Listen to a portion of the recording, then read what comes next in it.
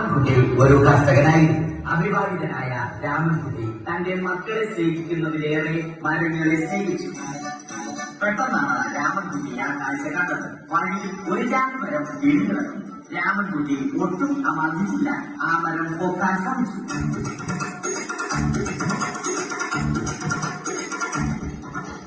നടക്കുന്നില്ല. പിന്നെയും പിന്നെയും പോക്കാൻ ശ്രമിച്ചു.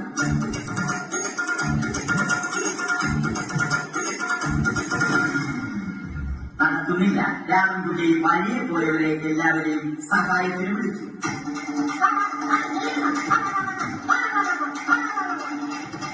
ആരും വന്നില്ല.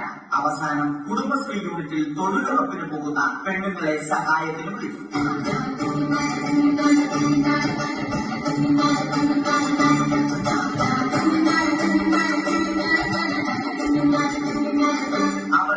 അവർ അവരുടെ സ്ഥിരം പണി തുടങ്ങി. അത് കണ്ട ദേഷ്യം വന്ന രാമൻകുട്ടി മരത്തെ ഒറ്റയ്ക്ക് പിടിച്ചു പോക്കി.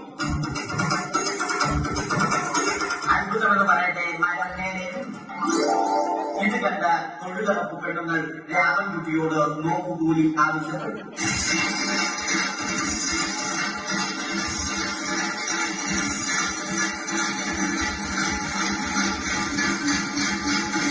പോക്കറ്റില്ലാത്ത വെളിയം ധരിച്ച രാമൻകുട്ടിയുടെ പോക്കറ്റ് വരെ കീറിയിട്ടാണ് പെണ്ണുങ്ങൾ പോയത്.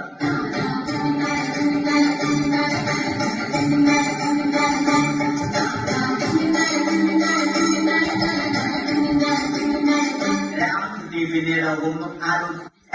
മരത്തിന് ആറ്റം പോസ്റ്റ് 2020 സെപ്റ്റംബർ 14 നൽകി.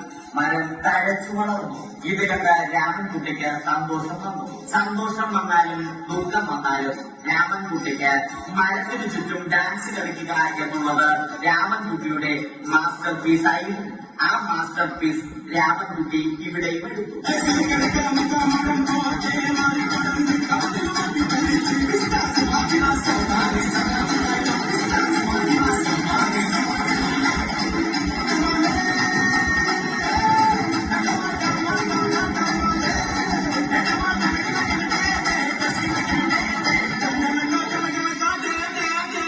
രാമൻകുട്ടി ദൈവത്തോടായി പ്രാർത്ഥിച്ചു.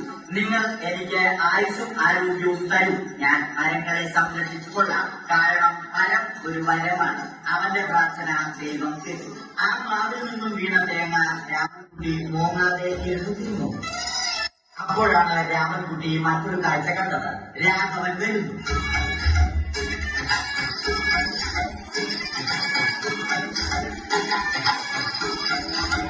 മരക്കുറിക്കൽ ഹോബിയാക്കിയ അതിലുപരി ജോലിയാക്കിയ രാഘവൻ മരങ്ങളുടെ ശത്രുവൻ. മരങ്ങൾ കുറിച്ച് ഫർണിച്ചർ പണിയുന്നത് തെറ്റൽ. അവനെ ഇതിൽ നിന്നും പിന്തിരിപ്പിക്കണം. അവർ തമ്മിൽ ഒന്നും രണ്ടും പറഞ്ഞു. സംസാരങ്ങൾക്ക് വാക്കേറ്റമായി. അത് പിന്നെ അടിയിൽ കലാശിച്ചു.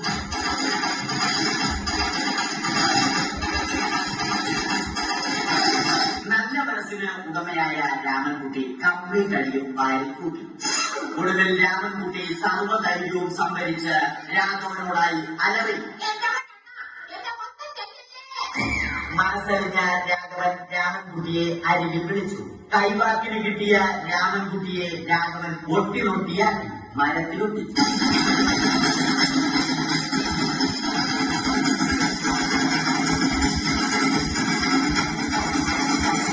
ഇന്നത്തെ പണി കഴിഞ്ഞ രാഘവൻ സംതൃപ്തിയോടെ വീട്ടിലേക്ക് മടങ്ങി. തനിക്ക് തല്ലി കിട്ടിയാലും മരത്തെ രക്ഷിക്കാൻ പറ്റിയ സന്തോഷത്താൽ രാമൻകുട്ടി മരത്തെ കെട്ടിപ്പിടിച്ച് പൊട്ടി പൊട്ടി കരഞ്ഞു.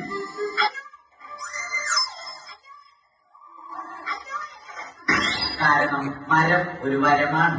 കെട്ടിപ്പിടിക്കൽ ഏറ്റുവാങ്ങിയ മരം നാണം കൊണ്ട് ചിന്തകൾ താഴ്ത്തി. മരത്തെ രക്ഷിച്ച ക്ഷീണത്തിൽ രാമൻകുട്ടി മരച്ചുവട്ടിലിരുന്ന് ഉറങ്ങിപ്പോയി. പെട്ടെന്നാണ് അത് സംഭവിച്ചത്. പ്രകൃതി അതിന്റെ തനി ഗുണം കാണിച്ചു തുടങ്ങി. മഴയും കാറ്റും ഇടിയും വന്നു. അതോടൊപ്പം കോളും വന്നു. കോളെടുത്ത് രാമൻകുട്ടി പറഞ്ഞു.